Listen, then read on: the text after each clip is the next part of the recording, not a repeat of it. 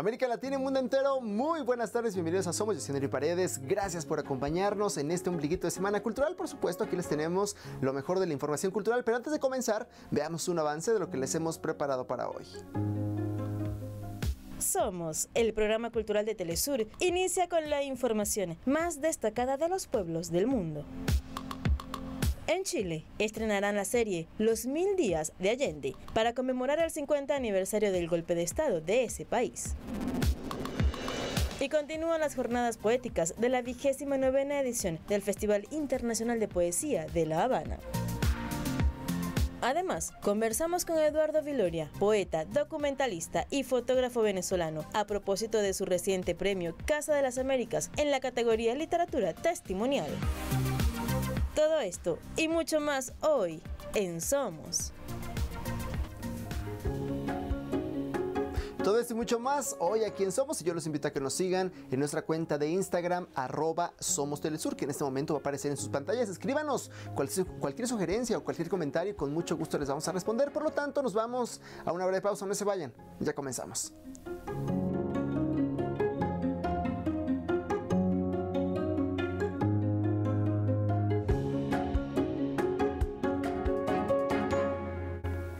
Arrancamos este recorrido cultural de ombligo de semana y lo hacemos con el 6º Festival Internacional de Circo de Río de Janeiro en Brasil, ya que continúa deslumbrando a todos los asistentes con espectáculos aéreos. Y este festival se va a desarrollar hasta el próximo 28 de mayo, cuyo atractivo es que cuenta con las presentaciones más ingeniosas de las compañías más creativas de todo el mundo.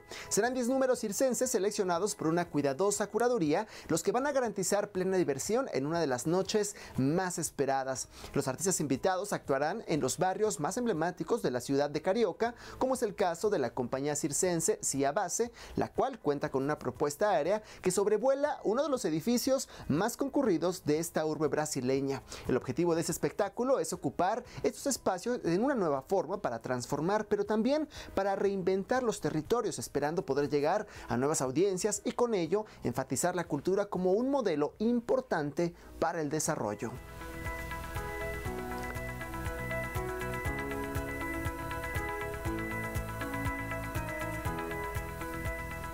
Ahora les cuento que la cantante y rapera franco-chilena Ana Tijoux presentó su primer libro titulado Sacar la Voz. Se trata de un trabajo introspectivo en el que expone su identidad, pero también su originalidad. Ana Tijoux, una de las artistas de habla castellana más influyentes de la música latinoamericana, realizó su debut en el mundo de la literatura con la publicación del libro Sacar la Voz, el cual está dividido en 4 secciones que se asocian a diferentes templos anímicos de esta artista y en donde además aborda temas como el deseo, la amistad, la creación. Además de esto, también aborda el tema del rap, la injusticia, tocando temas como la maternidad y lo que implica crecer en el exilio. La reconocida rapera anunció, por si fuera poco, su disco Vida, el primero en 9 años, y publicó el sencillo titulado Niña, esto como un manifiesto a las infancias capaces de soñar.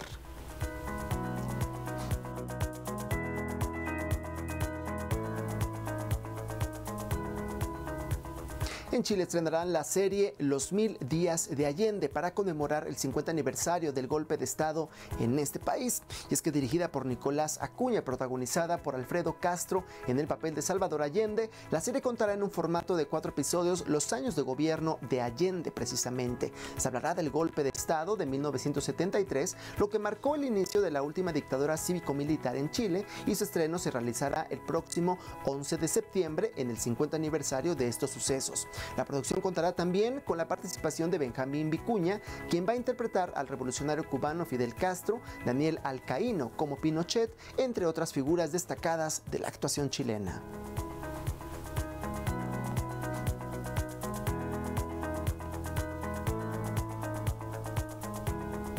Y ahora queremos compartirles sobre la 12ª edición del Festival Internacional de Cine Político, que se va a realizar desde hoy en Argentina y el cual va a dedicar un espacio al trabajo del documentalista cubano Santiago Álvarez. Les cuento que el evento, que se llevará a cabo hasta el próximo 31 de mayo en diferentes recintos culturales del país latinoamericano, se va a desarrollar con la temática Democracias sin condicionamientos, y entre su programación contará con una sección especial, la cual estará dedicada a celebrar los 50 años del restablecimiento de las relaciones relaciones diplomáticas entre Argentina y Cuba, en donde se le rendirá homenaje al reconocido documentalista y realizador cubano Santiago Álvarez con la exhibición de sus obras Nao del año 1965, La Guerra Olvidada de 1967, El Tigre Saltó y Mató pero morirá, morirá y El Nuevo Tango, ambos trabajos del año 1973. Esta edición del festival cuenta además con 95 piezas cinematográficas provenientes de 25 países participantes.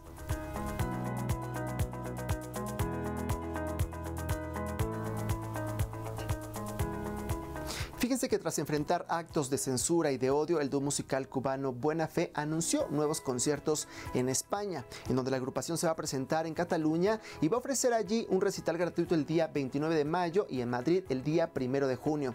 Además, contó con una presentación de martes de Mataró luego de los actos de censura y acoso que sufrió.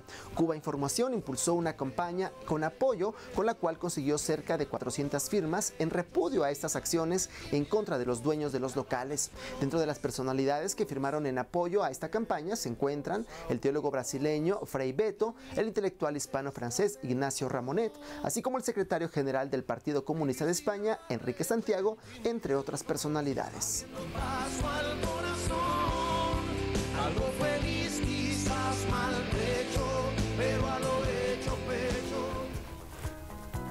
Y ahora les cuento que el escritor Haruki Murakami ha sido galardonado con el premio Princesa de Asturias de las Letras 2023. El literato japonés oriundo de Kioto recibe el galardón al que optaban 37 candidaturas de 17 nacionalidades diferentes.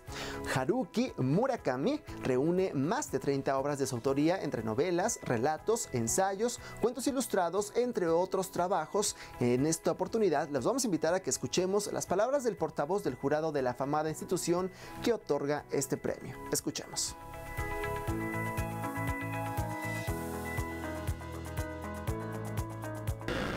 Acuerda por unanimidad conceder el premio Princesa de Asturias de las Letras 2023 al escritor japonés Haruki Murakami. Su voz, expresada en diferentes géneros, ha llegado a generaciones muy distintas. Haruki Murakami es un gran corredor de fondo de la literatura contemporánea.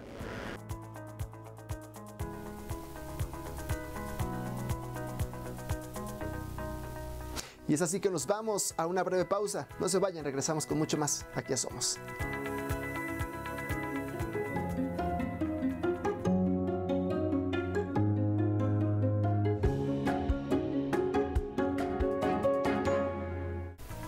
Estamos de regreso, gracias por continuar con nosotros aquí en Somos. Queremos compartirles que prosiguen las jornadas poéticas que programó la 29ª edición del Festival Internacional de Poesía en La Habana, con sus lecturas tradicionales que se van a realizar en comunidades y en espacios culturales.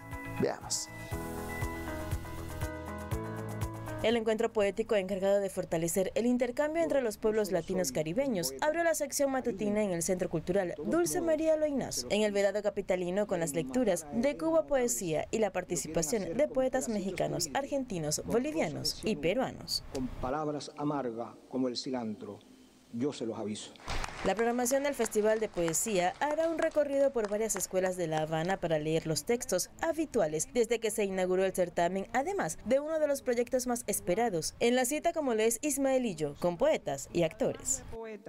Con esa extrema coherencia suya entre prédica y acción. Otro de los espacios esperados por el público es el área infantil, que en esta oportunidad presentará la antología poética Curuguí Raishá, Niños Palabra, con una poesía traducida al ramulí o tarahumara, lengua uto-azteca, hablada por alrededor de 85,000 personas en el noreste de México. Mientras, el recital poético de Cuba Poesía propone en horas de la tarde a los escritores Ada Zapata y Osvaldo Calatayud con Los Tres Cielos, antología de la poesía amazónica boliviana, que invita a entrar a la noche a una velada a cargo del movimiento poético, que tendrá como principal protagonista a la Casa del Alba Cultural, sede principal desde donde arrancó la fiesta lírica en su 29 edición.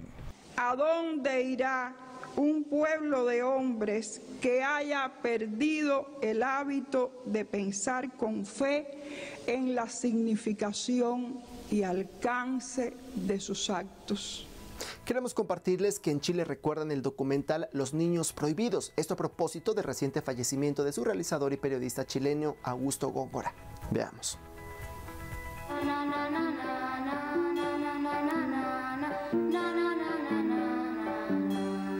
Los Niños Prohibidos, audiovisual de 36 minutos, relata los efectos de la dictadura chilena en las infancias y su enfoque sobre la crisis económica y los derechos económicos, sociales y culturales vulnerados durante este periodo de la historia del país austral. Pato es un niño que vive en precarias condiciones debido a la falta de empleo de su madre y padre. Un agravante de su situación es que la familia incurrió en no pagar la luz eléctrica sin dejar de usarla, situación que afectó muchísimo al infante, quien está consciente de que es un robo, pero se convence de que es un robo legal. La situación de mi familia es mala porque les pagan muy poco en los trabajos de mi papá y de mi mamá. En muchas ocasiones, Pato debe permanecer solo con su hermano menor, encerrados y ocultos para evadir a los inspectores que pueden detectar el hecho ilegal. Los Niños Prohibidos registra la experiencia y temores de Pato y otros niños y niñas que de una u otra forma fueron afectados por los distintos tipos de violencia que existieron en el Chile de la dictadura. Augusto Góngora, durante la dictadura participó en teleanálisis, noticiarios audiovisuales clandestinos que se distribuían en organizaciones sociales. Además, es creador del recorrido documental La Comunión de las Manos, sobre la Vicaria de la Solidaridad.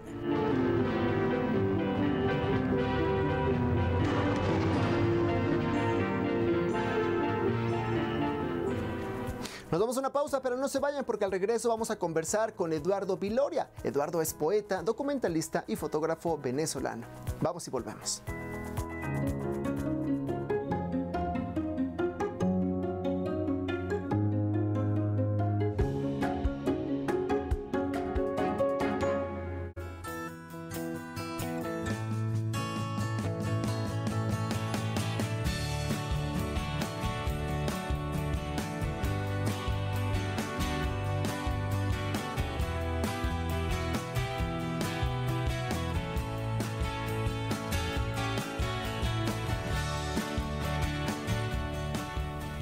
Vamos a dar inicio a este tercer bloque de su programa cultural Somos con una entrevista con Eduardo Viloria. Eduardo es poeta, documentalista y fotógrafo venezolano a propósito de su reciente premio Casa de las Américas en la categoría Literatura Testimonial. Estimado Eduardo, te saludo con mucho gusto. Bienvenido a la revista cultural de Telesur. Bienvenido. Un saludo, Neri, desde acá, desde Caracas, Venezuela. Es un gusto poder estar acá en el programa contigo. Gracias por la invitación. Recientemente el escritor venezolano Eduardo Viloria Daboín fue galardonado por el Jurado de Literatura Testimonial de Casa de las Américas por su libro Después del Incendio. Este libro es un relato literario poético duro y emotivo. En ese contexto, estimado Eduardo, por favor, compártenos cuáles fueron los desafíos a la hora de emprender este proyecto literario. Te escuchamos. Después del Incendio es el resultado de varios años de trabajo, de una investigación en distintos estados de Venezuela, que comenzó aproximadamente en el año 2015 y terminó en el año 2019. La obra, digamos, definitiva fue concluida hacia finales del año 2021.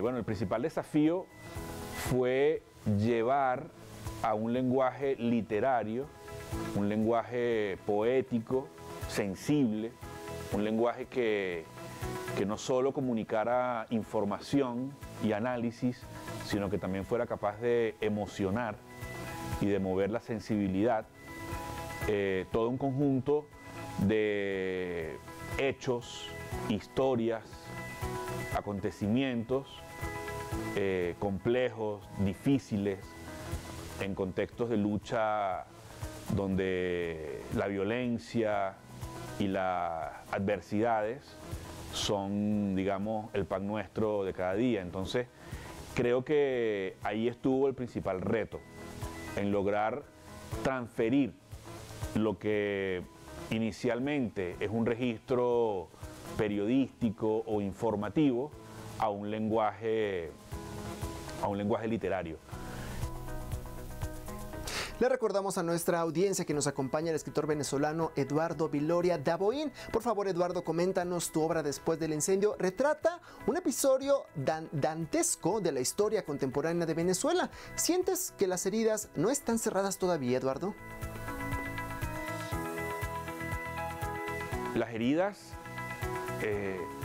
que ha tenido nuestro pueblo en estos años en los que hemos sido sometidos a esta guerra tan compleja, que se libra en varios terrenos, pero principalmente en el terreno de nuestra sensibilidad y de nuestra psique, las heridas están allí, las heridas están abiertas. De hecho, es también para mí como escritor, para mí como creador, una forma de, por un lado, yo mismo expresar y procesar esas mismas heridas que yo como venezolano he sufrido y que también me generó el estar en esos espacios donde, bueno, hubo amenazas, muerte, violencia, etcétera. Escuchar de primera mano esas historias, como por ejemplo las historias de las víctimas de las guarimbas, que están completas en el libro. Todo eso, en términos humanos, en términos de sensibilidad, fue generando también unas heridas, digamos, profundas en mí mismo, que se suman a las heridas, digamos, del país y del pueblo venezolano. Gracias por continuar conversando con nosotros, estimado Eduardo. Quisiera preguntarte, ¿esa guerra que retratas en tu libro sigue en desarrollo actualmente en el país bolivariano? Sí, la guerra continúa. De hecho, las heridas, para seguir con esa imagen, ese símbolo, continúan siendo infligidas. Seguimos sufriendo en carne propia esa agresión. El título del libro, Después del incendio, de alguna manera sugiere que el incendio pasó, es decir, que la guerra pasó, que la guerra terminó. En cierta medida es así, porque efectivamente ha habido un momento en el que, por un lado, ha habido, digamos, una recuperación económica, un esfuerzo nuestro por superar la situación. Y por otro, buena parte de esos procesos de agresión violentos fueron derrotados. El pueblo venezolano supo imponer la paz, supo imponer la democracia, y al menos ese componente de agresión fundamentalmente violento ya pasó. Queda el económico, queda el psicológico, el emocional, al que seguimos siendo sometidos. Gracias, Eduardo. Estamos conversando con el venezolano Eduardo Viloria Daboín desde Caracas, Venezuela. Estimado Eduardo, desde perspectiva, ¿cuáles son los aportes de la Casa de las Américas en este momento que vive la humanidad? Compártenos, por favor. Bueno, Casa de las Américas es sumamente importante, no solo para América Latina, sino para los pueblos del mundo, porque el trabajo permanente de investigación, de difusión, de promoción, de un trabajo creador, intelectual, de pensamiento artístico que genera Casa de las Américas año a año de forma permanente, no solo en el reconocimiento que hace a través de los premios, sino en la multiplicidad de líneas de trabajo que desarrollan siempre, es vital para que no exista en el planeta un solo relato, un solo discurso acerca de lo que es el ser humano, acerca de lo que es América Latina, acerca de lo que son los pueblos, que es el discurso hegemónico que imponen no solo los medios de comunicación, sino en general la industria cultural y la industria del entretenimiento, que va más allá de los noticieros o de la programación, digamos, comercial. También se impone desde los grandes centros generadores de legitimidad cultural en torno a la literatura, en torno al arte plástico, al arte de la música, ¿no? Entonces, Casa de las Américas es un contrapeso a esa pretensión hegemónica,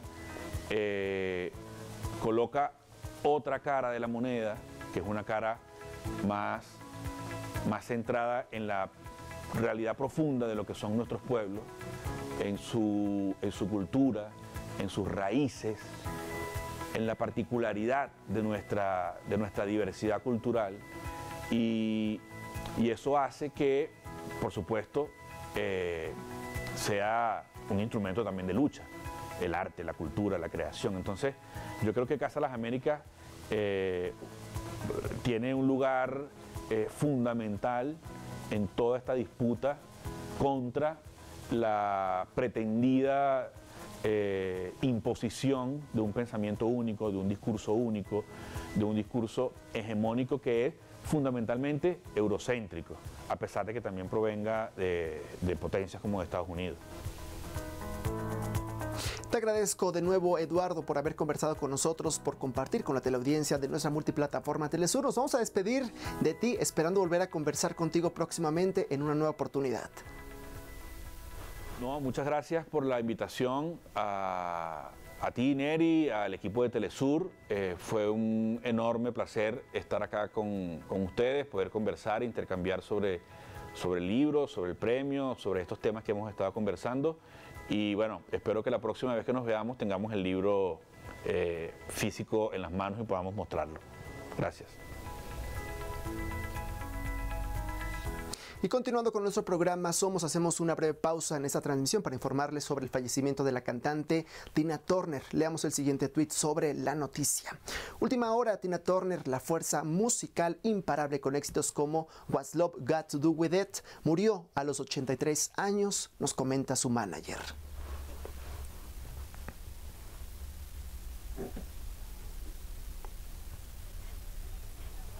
Y de esta manera llegamos al final de nuestro recorrido cultural y nos vamos a despedir queremos despedirnos con el tema Son Son Bae, interpretado por la figura clave del rock folclore, del folclore afroperuano, Susana Baca, en este día que se conmemora a las mujeres por la paz y el desarme. Ya lo saben, nos vemos mañana aquí en Somos, la ventana cultural de Telesur, misma hora, mismo canal. Que pasen una excelente tarde.